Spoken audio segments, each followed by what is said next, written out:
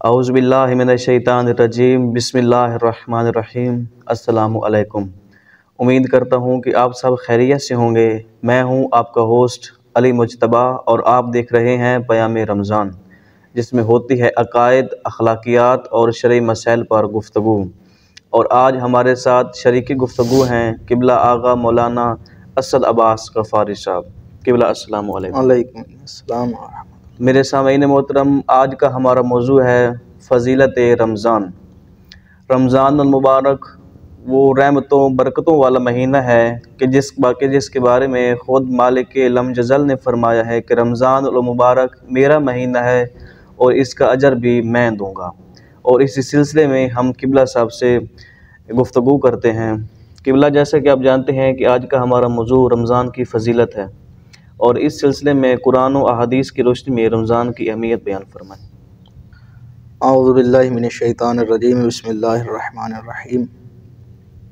الحمد للہ والصلاۃ علی اہلہا، اما بعد فقد قال رسول اللہ صلی اللہ علیہ وآلہ وسلم: ایھا الناس ان ابواب الجنان فی ھذا الشہر مفتحۃ فاسألوا ربکم الا یغلقھا عنکم۔ سب سے پہلے تو پروردگار عالم کا شکر ہے کہ اس نے ہمیں اس مقام پر بیٹھنے کی توفیق عطا فرمائی اور ماہ مبارک رمضان جیسے مہینے کی نعمات سے مستفید ہونے کی توفیق عطا فرمائی۔ یقیناً ماہ مبارک رمضان بہت عظمتوں اور فضیلتوں والا مہینہ ہے کہ جس کے متعلق پیغمبر گرامی اسلام نے بے شمار فضائل جو ہیں وہ بیان فرمائے ہیں، اور پھر فرمایا کہ ایھا الناس۔ اچھا، ایک بات اور بھی ہے کہ پیغمبر گرامی اسلام نے جب ماہ مبارک رمضان کے فضائل بیان فرمائے ہیں تو مسلمانوں کو خطاب نہیں کیا، مومنوں کو خطاب نہیں کیا، بلکہ پوری انسانیت کو خطاب کیا ہے۔ یعنی اس کا مطلب یہ ہے کہ ماہ مبارک رمضان صرف مسلمانوں کے لیے نہیں ہے، صرف مومنوں کے لیے نہیں ہے، بلکہ پوری انسانیت کے لیے آ رہی ہے۔ فرمایا ایھا الناس، اے لوگو، ان ابواب الجنان فی ھذا الشہر مفتحۃ، کہ بے شک یہ وہ مہینہ ہے کہ جس مہینے میں اللہ نے جنت کے دروازوں کو کھول دیا۔ ماشاءاللہ ماشاءاللہ۔ اب اللہ نے جنت کے دروازوں کو پوری انسانیت پر کھول دیا ہے۔ ایھا الناس، پورے انسان، ہر انسان کے لیے اللہ نے جنت کے دروازوں کو کھول دیا۔ اور اس کے بعد جو اگلا جملہ فرمایا فَاسْأَلُوا رَبَّكُمْ أَلَّا يُغَلِّقَهَا عَنْكُمْ، پس تم اپنے رب سے سوال کرو کہ جنت کے دروازے تم پر بند نہ ہو جائیں۔ اس کا مطلب یہ ہے کہ پوری انسانیت پر کھول دیا ہے، لیکن کچھ لوگ ایسے ہوں گے کہ جن پر جنت کے دروازے بند بھی ہو سکتے ہیں۔ بے شک۔ یہی فرمایا نا کہ پس سوال کرو کہ جنت کے دروازے تم پر بند نہ ہوں۔ اس کا مطلب یہ ہے کہ جنت کے دروازے اگر کھل گئے ہیں تو بند بھی ہو سکتے ہیں۔ اب ان کو اوپن رکھنے کا، کھلے رکھنے کا کیا طریقہ کار ہے؟ فرمایا فَاسْأَلُوا رَبَّكُمْ، تم اپنے رب سے سوال کرو، یعنی اپنے رب سے دعا کرو۔ اور یہ دعا سوال یہ خود ایک الگ موضوع ہے کہ پروردگار عالم سے توفیق طلب کرو کہ وہ تمہیں ایسے اعمال انجام دینے کی توفیق عطا فرمائے کہ جو تمہارے جنت کے دروازوں کے جو کھلے ہوئے ہیں بند ہونے کا سبب نہ بنے۔ بے شک بے شک۔ سو فرما رہے ہیں آپ۔ اب جنت کے دروازے، بہت سی روایات میں ایسی چیزیں ہیں کہ جن کو مفتاح الجنہ، جنت کی چابیاں کہا گیا ہے۔ بے شک۔ پیغمبر گرامی اسلام جب مدینہ میں آئے تو آپ جانتے ہیں کہ آپ کے ساتھ مختلف لوگوں نے آ کر مباحثے کیے۔ اہل کتاب سے یہودی بھی آتے تھے، عیسائی بھی آتے تھے، دیگر لوگ بھی آتے تھے، آپ سے آ کر مباحثے کرتے تھے۔ تو اہل کتاب کے ایک گروہ کے ساتھ آپ کا مباحثہ ہو رہا تھا، اور ان میں سے کسی نے پوچھ لیا کہ جنت کی چابی کیا ہے؟ اللہ اکبر۔ اب اہل کتاب آپ جانتے ہیں کہ وہ ہیں کہ جو خدا پر ایمان تو رکھتے ہیں، پیغمبر گرامی اسلام کو اپنا نبی نہیں مانتے تھے، تسلیم نہیں کرتے تھے، خدا پر تو ایمان رکھتے تھے۔ تو کہتے ہیں جنت کی چابی کیا ہے؟ تو آپ نے فرمایا ایک بندے کی زبان پر لا الہ الا اللہ کا جاری ہو جانا جنت کی چابی۔ اللہ اکبر۔ اتنا جواب سننا تھا کہ وہ بندہ جو ہے وہ مسلمان ہو گیا، کلمہ اسلام اس کی زبان پر جاری ہو گیا، مسلمان ہو گیا۔ تو لا الہ الا اللہ جنت کی چابی ہے۔ بالکل بالکل۔ تو جو فرما رہے ہیں۔ اور جب پیغمبر گرامی اسلام نے اپنی تبلیغ کا آغاز شروع کیا تو فرمایا قولوا لا الہ الا اللہ تفلحوا، لا الہ الا اللہ کہو اور فلاح پا جاؤ۔ اب میں کیا عرض کروں کہ لا الہ الا اللہ خود ایک ایسا موضوع ہے جو اپنے اندر بڑی برکات سمیٹے ہوئے ہیں۔ ابھی مجھے ایک واقعہ جو ہے یاد آ رہا ہے ابھی اچانک، کہ حضرت نوح علیہ السلام جب کشتی میں سوار ہوئے، وہ طوفان نوح والا سارا واقعہ جو ہے، تو حضرت جبریل علیہ السلام آئے اور آ کر کے کہا کہ اگر کہیں کشتی میں تلاطم وغیرہ محسوس ہو تو لا الہ الا اللہ کا ورد کرنا۔ اللہ جب کہیں، تو وہاں روایت کے جو الفاظ ہیں وہ یہ ہے کہ 1000 مرتبہ لا الہ الا اللہ کہنا۔ تو جب ایسا کوئی محسوس ایک مقام پر جا کر کے تلاطم محسوس ہوا اور کشتی جو ہے وہ تھوڑی سی لڑکھڑائی، تو وقت اتنا نہیں تھا کہ 1000 مرتبہ کہتے، تو انہوں نے ایک ہی مرتبہ کہہ دیا، انہوں نے کہا میں 1000 مرتبہ کہتا ہوں لا الہ الا اللہ۔ اللہ اکبر۔ تو کشتی جو ہے وہ تھم گئی۔ تو لا الہ الا اللہ اس کلمے کی بڑی برکات ہے۔ بالکل بالکل۔ غالباً میں کتاب توحید شیخ صدوق علیہ رحمہ کی اس کا مطالعہ کر رہا تھا کہ اس میں تو انہوں نے اس کے بہت سے فضائل بیان کیے ہیں، بہت سی برکات بیان کی ہیں اس جملے کی لا الہ الا اللہ۔ کتنے یعنی اس میں اتنی طاقت اور پاور ہے، بہت بہت بہت۔ اب میں بات کو زیادہ طول نہ دوں، تو ایک ہے لا الہ الا اللہ جنت کی چابی، بالکل، اور دوسرا پیغمبر گرامی اسلام حضرت محمد مصطفیٰ صلی اللہ علیہ وآلہ وسلم کا، جہاں ایک لقب ہے طٰہٰ، ایک لقب ہے یاسین، ایک لقب ہے مصطفیٰ، ایک لقب ہے رحمت للعالمین، وہیں آپ کا ایک لقب ہے مفتاح الجنہ، جنت کی چابی۔ بالکل بالکل۔ تو لا الہ الا اللہ بھی جنت کی چابی ہے، اور پیغمبر گرامی اسلام بھی جنت کی چابی ہے۔ اور اس کے بعد پیغمبر گرامی اسلام کے فرماتے ہیں کہ الدعاء مفتاح الرحمہ، دعا جو ہے نا، پروردگار عالم سے دعا مانگتے ہیں، یہ دعا رحمت کی چابی ہے۔ اللہ اکبر، اللہ، یعنی رحمت پروردگار کی چابی ہے دعا۔ یعنی اگر چاہتے ہو کہ پروردگار عالم کی رحمات تمہارے شامل حال ہوں تو زیادہ سے زیادہ کثرت سے دعا کیا کرو۔ بالکل۔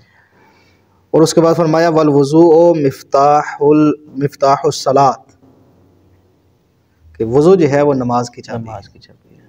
اور پھر فرمایا والصلاۃ مفتاح الجنہ، نماز جنت کی چابی ہے۔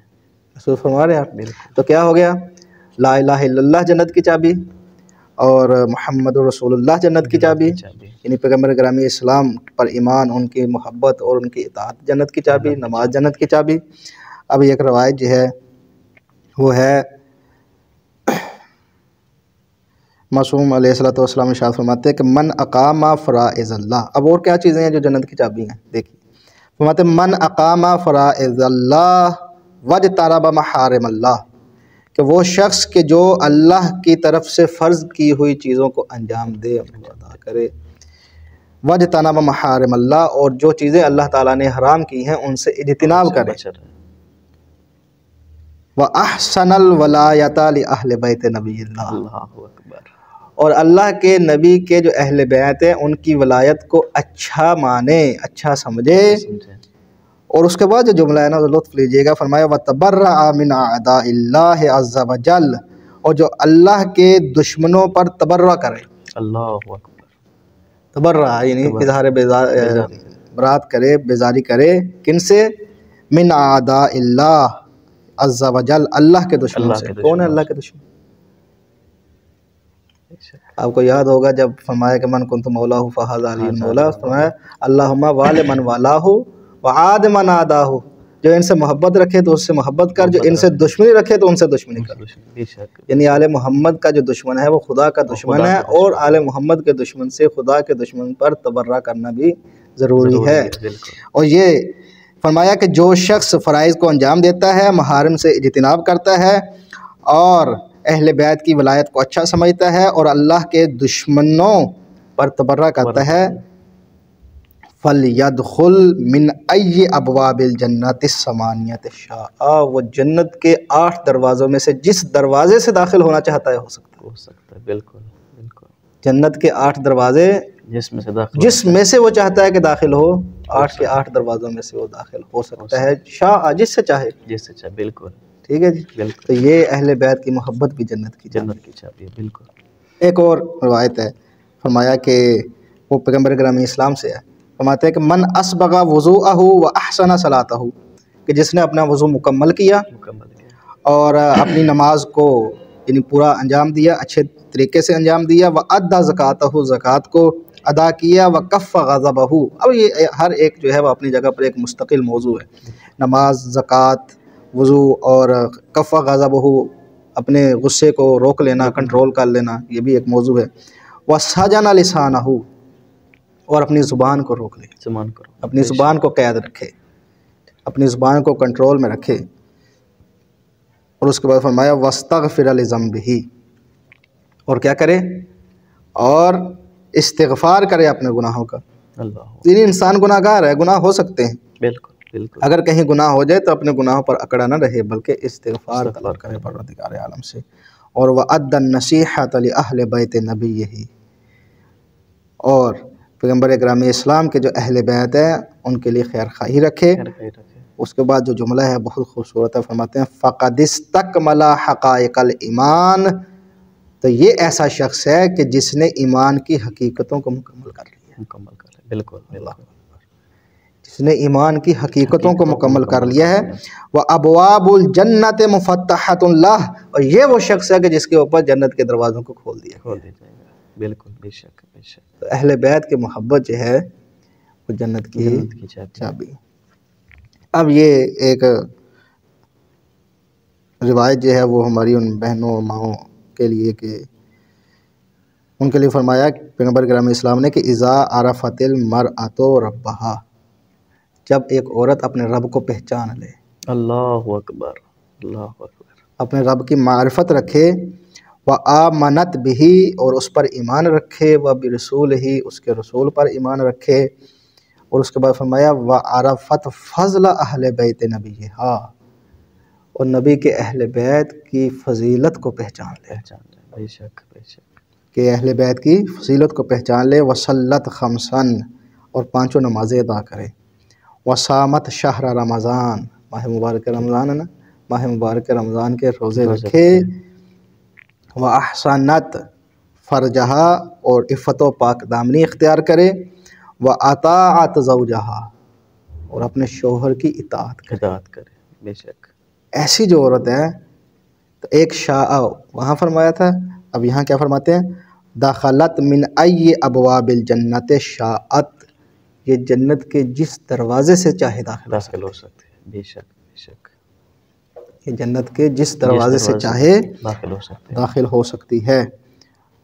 تو یہاں بھی اہل بیت کی محبت جو ہے وہ جنت کی چابی ہے۔ اور اس کے بعد ایک آخری روایت جو ہے وہ میں بیان کروں تاکہ ہماری گفتگو جو ہے وہ طویل نہ ہو جائے۔ یہ مشہور حدیث بھی ہے، حضرت امام محمد باقر علیہ السلام سے ہے، اصول کافی میں، کتاب الایمان والکفر، اس میں۔ تو امام علیہ السلام فرماتے ہیں بنی الاسلام علی خمسۃ اشیاء، اسلام کی بنیاد 5 چیزوں پر ہے۔ کتنی چیزوں پر ہے؟ 5 چیزوں پر ہے۔ وعلی الصلاۃ والزکوٰۃ والحج والصوم والولایہ، 5 چیزوں پر اسلام کی بنیاد ہے، بنا ہے۔ ان میں سے پہلی کیا ہے؟ نماز، دوسری ہے زکوٰۃ، تیسری ہے حج، چوتھی ہے روزہ، یہی ماہ مبارک رمضان کی۔ اور پھر فرمایا ولایہ، اور اہل بیت علیہ السلام کی ولایت جو ہے یہ بنیاد اسلام ہے، ارکان اسلام ہے۔ محبت اہل بیت انتہائی ضروری ہے، بہت ضروری ہے، اس کے بغیر تو کوئی عمل قابل قبول ہے ہی نہیں نا۔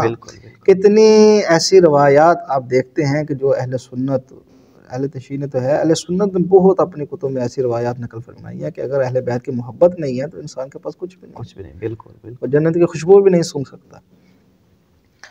اگر اب ان روایات کو اگر جمع کریں، ان کو بیان کرنے لگے تو بہت ساری روایات ہیں۔ آج المطالب میں، جناب المودت میں، حتیٰ کہ سوائے کے محرقہ میں، اور دیگر بڑی کتابیں ہیں جن میں یہ روایات منقول ہے۔ تو اب یہ جو میں نے آپ کے سامنے حدیث پڑھی کہ 5 چیزوں پر اسلام کی بنیاد ہے، تو اب 5 ہوگی نا، اس کا مطلب باقی تمام سے یہ 5 افضل ہیں، یہی ہے۔ قال زرارہ کہتا ہے ایو شیء من ذالک افضل، یہ تو ہمیں سمجھ آ گیا کہ یہ 5 باقی سب سے افضل ہیں۔ اب یہ بتائیے کہ ان میں سے سب سے افضل، اللہ اکبر، اللہ اکبر، اب ان میں سے سب سے افضل کون سی ہے؟ تو قال الولایۃ افضل، ولایت سب سے افضل ہے، ولایت سب سے افضل ہے۔ اہل بیت کی محبت، ان کی ولایت، ان کی سرپرستی قبول کر لینا، یہ سب سے افضل ہے۔ دلیل کیا ہے؟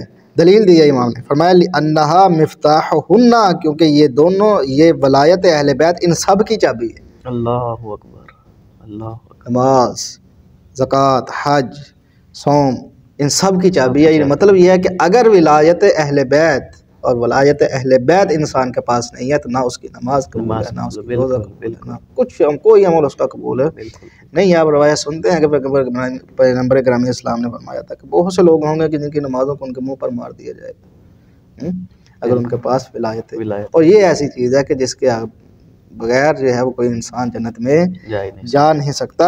اور پھر فرمایا لِأَنَّهَا مِفْتَاحُهُنَّ، کیونکہ یہ تمام کی چابی ہے، ان تمام کی چابی ہے. اور فرمایا وَالْوَالِي وَالدَّلِيلُ عَلَيْهِنَّ، بھی اگر والی نہیں ہوگا، حکمران نہیں ہوگا، سرپرست نہیں ہوگا، کوئی رہنمائی کرنے والا نہیں ہوگا تو تم نماز کو اچھے طریقے سے کیسے انجام دے سکتے ہو؟ تم ان اعمال کو کیسے انجام دے سکتے ہو؟ ان اعمال کو اگر انجام دینا ہے تو اس کے لیے کوئی ایسا رہنما ہونا چاہیے کہ جو تمہاری رہنمائی کرے. اور وہ کون ہے؟ وہ اہل بیت. یعنی اگر اہل بیت محمد علیہ السلام کی رہنمائی میں ان کے بیان کیے ہوئے طریقے کے مطابق ان چیزوں کو انجام دیا جائے تو یہ ساری چیزیں قابل قبول ہو سکتی ہیں. صحیح نماز وہی ہے، صحیح روزہ وہی ہے، صحیح حج وہی ہے، صحیح زکوٰۃ وہی ہے جو اہل بیت علیہ السلام کی ولایت کی سرپرستی میں تھا. بالکل بالکل. تو قبلہ آخر میں ہمارا ایک شرعی مسئلہ ہوتا ہے. تو آج کا ہمارا شرعی مسئلہ ہے کہ روزے کا کفارہ. اگر ایک بندہ ماہ رمضان کا روزہ رکھتا ہے یا رکھ کر توڑ دیتا ہے تو اس کا کفارہ کیا ہوگا؟ اعوذ باللہ من الشیطان الرجیم، بسم اللہ الرحمن الرحیم. دیکھیں یہ ماہ مبارک رمضان میں روزہ نہ رکھنے کی صورت میں یا روزہ توڑ دینے کی صورت میں ایک جرمانہ ادا کرنا پڑتا ہے جس کو کفارہ کہا جاتا ہے. اچھا، کچھ لوگ ہیں کہ جن کے لیے روزہ ہے کہ رکھنا ضروری نہیں ہوتا، ان لوگوں کو مستثنیٰ کر کے.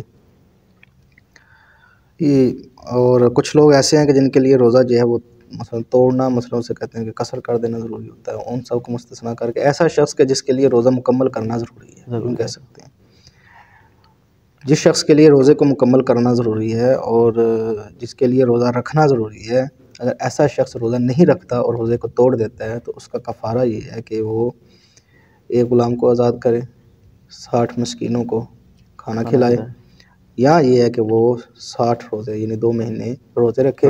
البتہ یہ جو روزے رکھنے ہیں اس نے 2 مہینے، اس میں یہ ہے کہ 1 مہینہ 1 دن مسلسل روزے رکھنے اور اس کے علاوہ اپنا باقی جو دن ہیں ان میں وہ فرق 2-3 دن فاصلہ جو ہے وہ دے سکتا ہے. لیکن یہ خاص طور پر 1 مہینہ 1 دن اس نے مسلسل. اور اس میں جب قضا کرنے لگے، کفارہ ادا کرنے لگے روزوں کا، تو اس صورت میں پھر اسے یہ بھی دیکھنا چاہیے کہ یہ جو 1 مہینہ 1 دن ہے نا جو مسلسل روزے رکھنے، اس میں کوئی ایسا دن نہ آتا ہو کہ جس دن روزہ رکھنا حرام ہو. مثلا عید قربان کے دن روزہ رکھنا حرام ہے، یوم تشریق کے دن روزہ رکھنا حرام ہے. تو ایسا کوئی دن اس 1 ماہ اور 1 دن یعنی 31 دن میں ایسا کوئی دن نہیں آنا چاہیے، نہ آتا ہو کہ جس میں روزہ رکھنا حرام ہے. ٹھیک ہے، باقی اگلے جو ہیں دن ان میں آتا رہے تو کوئی مسئلہ وقفہ دے سکتا ہے، وقفہ دے سکتے ہیں. اچھا، اب پھر اس میں اور بھی ہے تھوڑی سی تفصیل، وہ یہ کہ اب جو اس نے روزہ باطل کیا ہے، جس شخص نے روزہ توڑا ہے، اس نے کس شے سے روزہ توڑا ہے؟ حلال چیز سے روزہ توڑا ہے یا حرام چیز سے توڑا ہے؟ تو اگر تو اس نے حلال چیز سے روزہ توڑا ہے تو پھر کہتے ہیں کہ ان میں سے کوئی ایک کفارہ دے دے، وہ کافی ہے. وہ غلام ہے نہیں تو پیچھے 2 ہی بچتے ہیں کہ ان میں دونوں میں سے کوئی ایک جو ہے وہ کفارے میں دے سکتا ہے، چاہے تو 60 مسکینوں کو کھانا کھلا دے، چاہے تو روزے رکھ لے. اور اگر کسی حرام چیز سے روزے کو باطل کرتا ہے، توڑتا ہے، تو پھر اس کے اوپر ہے کہ وہ دونوں کام انجام دے گا. وہ 60 مسکینوں کو کھانا بھی کھلائے گا اور مسلسل 2 ماہ روزے بھی رکھے گا. یہ اس کا کفارہ ہے. ٹھیک ہے. تو میرے سامعین محترم، آج ہمارے ساتھ موجود تھے قبلہ آغا اسد عباس غفاری صاحب کہ جو رمضان المبارک کی اہمیت اور فضیلت بیان فرما رہے تھے. اور آج کی ویڈیو میں ہمیں دیجیے اجازت. اپنا بہت خیال رکھیے گا. ملتے ہیں اگلی ویڈیو میں. والسلام. اللہ نگہبان.